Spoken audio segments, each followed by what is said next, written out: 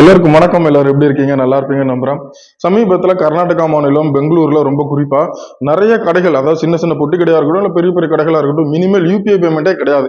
அதாவது PhonePe, GPay மூலியமா எங்ககிட்ட நீங்க பேமெண்ட் பண்ண முடியாது.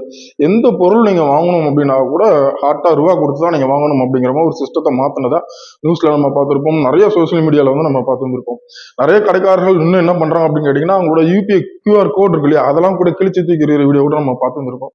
இதெல்லாம் எதுக்காக அப்படின்னு கேட்டீங்கன்னா, அவங்க என்ன சொல்ல வராங்கன்னா, நிறைய நிறுவனங்களுக்கு வந்து ஜிஎஸ்டி நோட்டீஸ் வந்துருச்சு, அதே மாதிரி எங்களுக்கும் ஜிஎஸ்டி நோட்டீஸ் வந்துடக்கூடாது அப்படிங்கிற பயத்துல முதலே நாங்கள் அந்த யூபிஐ பேமெண்ட் வந்து கேன்சல் பண்றோம் அப்படின்னு சொல்லியிருந்தாங்க.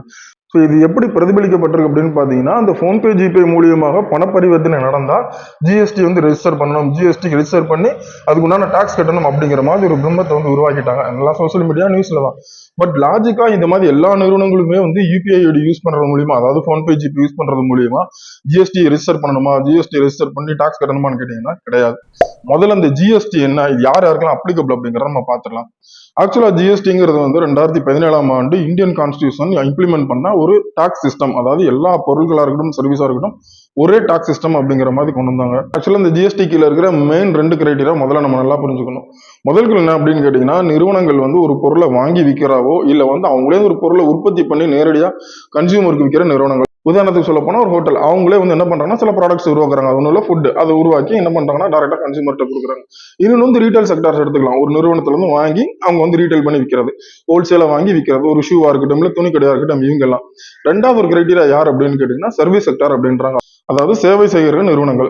உதாரணத்துக்கு எடுத்தீங்கன்னா ஒரு பியூட்டி பார்லர் எடுத்துக்கலாம், இல்ல வந்து ஒரு முடிவெற்ற கடை எடுத்துக்கலாம். இவங்களும் வந்து சர்வீஸ் செக்டாருக்கு கீழே வருவாங்க. இந்த 2 செக்டாருக்கும் டிஃப்ரெண்டா தனித்தனியா என்ன பண்றாங்கன்னா ஜிஎஸ்டி வந்து அப்ளிகபிள்.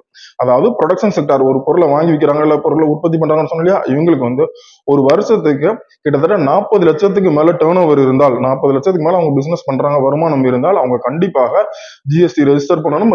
வருடம் அதுக்கு உண்டான டாக்ஸ் அமௌண்ட்டையும் ப்ராப்பராக நம்ம கட்டணும்.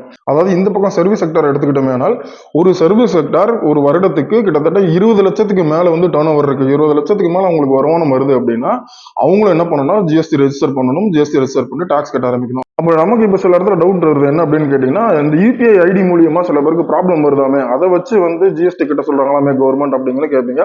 இது ஆக்சுவலா ஒரு லாஜிக் இருக்கு இதுக்கு பின்னால. என்ன அப்படின்னு கேட்டீங்கன்னா, சில நிறுவனங்கள் வந்து என்ன பண்ணுவாங்கன்னா அர்ஜென்ட்டா தேவைப்படுற லோன், இப்போ உதாரணத்துக்கு நீங்க ஜிபே எடுத்துக்கலாம், போன்பே எடுத்துக்கலாம். அவங்க என்ன பண்ணுவாங்கன்னா தேர்ட் பார்ட்டி பேங்கை கையில வச்சுக்கிட்டு அர்ஜென்ட்டா உங்களுக்கு பர்சனல் லோன் வேணுமா, 10 லட்சம் தரேன், பிசினஸ் வந்து ரன் பண்றதுக்கு தேவையா 20 லட்சம் தரேன் அப்படின்னு சொல்லி என்ன பண்ணுவாங்கன்னா விளம்பரம் படுத்துவாங்க. அந்த பட்சத்துல ஒரு பிசினஸ் நிறுவனம் உதாரணத்துக்கு இந்த மாசம் ஒரு 10 லட்ச ரூபாய் தேவை அப்படிங்கிற பட்சத்துல அது லோனா எடுப்பாங்க. ரெண்டாவது, சில பிசினஸ் நிறுவனங்கள் என்ன பண்ணுவாங்கன்னா ஃப்ரெண்டு ஃபேமிலி கிட்ட இருந்து இந்த 10 லட்சம் 15 லட்சம் சொல்லி யூபிஐ மூலியமா டிரான்சாக்ஷன் பண்ணுவாங்க. அப்படி டிரான்சாக்ஷன் பண்ணி அவங்க வாங்குற அமௌண்ட் வந்து ரெக்கார்ட் ஆகும். ஸோ அதை வச்சு என்ன கணிக்கிறாங்க அப்படின்னு கேட்டீங்கன்னா, இந்த மாதிரி நிறுவனங்கள்லாம் வந்து ஒருவேளை ஜிஎஸ்டி கட்டியிருக்காங்களா இல்லையான்னு செக் பண்றாங்களே தவிர மற்றபடி வேற எதுவுமே கிடையாது. ஆகையால யூபிஐ ஐடி வச்சிருக்கிற எல்லா நிறுவனங்களுமே, ஒரு பானிபூரி கடைக்காரனா இருக்கட்டும், ஒரு மசால் பொரி கடைக்காரனா இருக்கட்டும், இவங்க எல்லாருமே டாக்ஸ் கட்டணும்னு கேட்டா கிடையவே கிடையாது. ஒரு பிசினஸ் நிறுவனம் அவங்க வந்து யூபிஐ ஐடி மூலியமா காசு வாங்கினாலும் சரி, இல்ல பிஓஎஸ் பாயிண்ட் ஆஃப் சேல், அதாவது credit card debit card use பண்றோம் இல்லையா, அது மூலியமா அவங்க வந்து பணம் வாங்கினாலும் சரி, இல்ல ரூபா மூலியமா பணம் வாங்கினாலும் சரி, எப்படி பேமெண்ட் வாங்கினாலும் சரி, ப்ரொடக்ஷன் செக்டாரா இருந்துச்சுன்னா கண்டிப்பா 40 லட்சத்துக்கு மேல டர்ன் ஓவர் இருந்துச்சுன்னா அவங்க ஜிஎஸ்டி ரெஜிஸ்டர் பண்ணணும், டாக்ஸ் கட்டி ஆகணும். அதே இது சர்வீஸ் செக்டார் 20 லட்சத்துக்கு மேல டர்ன் ஓவர் இருந்தா கண்டிப்பா ஜிஎஸ்டி ரெஜிஸ்டர் பண்ணி டாக்ஸ் கட்டி தான் ஆகணும். இதுல பணப்பரிவர்த்தனை எப்படி நடக்குறத பத்தி பிரச்சனையே கிடையாது. இதெல்லாம் என்ன அப்படின்னா சோசியல் மீடியால நியூஸ் சேனல் உருட்டுன ஒரு உருட்டு இன்னைக்கு எல்லாருமே வந்து பயந்துட்டாங்க. இப்போ ஒரு மிகப்பெரிய ஒரு கேள்வி எழும், என்னன்னா அது என்ன திடீர்னு வந்து கர்நாடகா மாநிலத்துல மட்டும் அதுவும் அவ்வளவு அவசரமா வந்து ஜிஎஸ்டி நோட்டீஸ் போகுது அப்படின்னு கேட்டீங்கன்னா, கடந்த நிதியாண்டு 2021 இருந்து இப்போ வரைக்கும், இந்த நிதியாண்டு வரைக்கும் சில நிறுவனங்கள் 40 லட்சத்துக்கு மேல டர்ன் ஓவர் வச்சுக்கிற ப்ரொடக்ஷன் செக்டாரா இருக்கட்டும், 20 லட்சத்துக்கு மேல டர்ன் ஓவர் வச்சுக்கிற சர்வீஸ் செக்டாரா இருக்கட்டும், இன்னும் வந்து ஜிஎஸ்டி ரெஜிஸ்டர் பண்ணல. அப்படியே ரெஜிஸ்டர் பண்ணியிருந்தாலுமே அவங்க வந்து இன்னும் டாக்ஸ் கட்டல. அதனாலதான் அந்த நோட்டீஸ் வந்து வேக வேகமா அனுப்பியிருக்காங்க.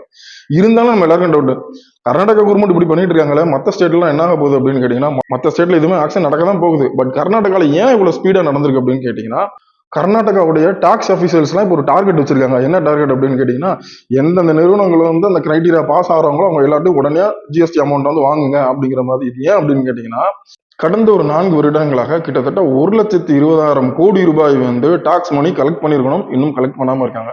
அதாவது நிறுவனங்கள் வந்து டாக்ஸ் கட்டாம ஊப்பயத்துக்கு கொண்டு போயிட்டு இருக்காங்க அப்படிங்கறத அர்த்தம். இது இந்தியாவிலேயே கர்நாடகாவில் தான் இந்த டாக்ஸ் கலெக்ட் பண்ண வேண்டிய அமௌண்ட் வந்து கிட்டத்தட்ட 1,20,000 கோடி. இதை எப்படியாவது ரெக்கவர் பண்ணணும் அப்படிங்கிறதுனால தான் முதல் கட்டமா இப்போ கர்நாடகாவில் இந்த விஷயம் நடந்துட்டு இருக்கு. கூடி சீக்கிரம் தமிழ்நாடு, ஆந்திரா, கர்நாடகா, ஏன் நார்த் இந்தியாவில் கூட எல்லா சைட்லயுமே நடக்கலாம். அதனால நம்ம தெளிவா புரிஞ்சுக்க வேண்டிய விஷயம் என்னன்னா, சின்ன சின்ன பானிபூரி கடை, சின்னதா ஒரு டீ கடை வச்சிருக்கேன், இல்ல ஓரமா ஒரு முடிவெட்டுற கடை வச்சிருக்கான், ஒரு மாசத்துக்கு ஒரு 20,000 கூட எனக்கு கிடையாது, ஒரு வருஷத்துக்கு 4 லட்சம் கூட டர்ன் ஓவர் கிடையாது, நான்லாம் வந்து ஜிஎஸ்டி கட்ட வேண்டியது இருக்குமா? யூபிஐ வச்சிருந்தா, அதாவது ஜிபே, போன்பே வச்சிருந்தா எனக்கு ஜிஎஸ்டி நோட்டீஸ் வருமானு கேட்டா வராது.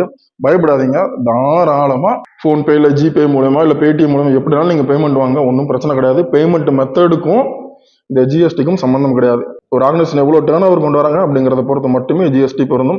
மற்றபடி சின்ன சின்ன கடைகள், ஒரு ரோட்ல வந்து வண்டியில பழம் விற்கிறவங்க கூட பயந்து போய் யூபிஐ ஐடி இனிமே கிடையாது, காசு கொடுத்து தான் நீங்க பொருள் வாங்கணும் அப்படிங்கிற மாதிரி சொல்றாங்க. அதெல்லாம் வந்து பயப்பட தேவையே இல்லை. ஸோ இந்த வீடியோ உங்களுக்கு யூஸ்ஃபுல்லா இருந்திருக்கும் அப்படின்னு நினைக்கிறேன். யூஸ்ஃபுல்லா இருந்தால் 4 பேருக்கு ஷேர் பண்ணுங்க. வேற ஏதாவது டவுட் இருக்கிற பட்சத்தில் கமெண்ட்ல சொல்லுங்க. நம்ம சேனலுக்கு புதுசுனா சப்ஸ்கிரைப் பண்ணிக்கோங்க.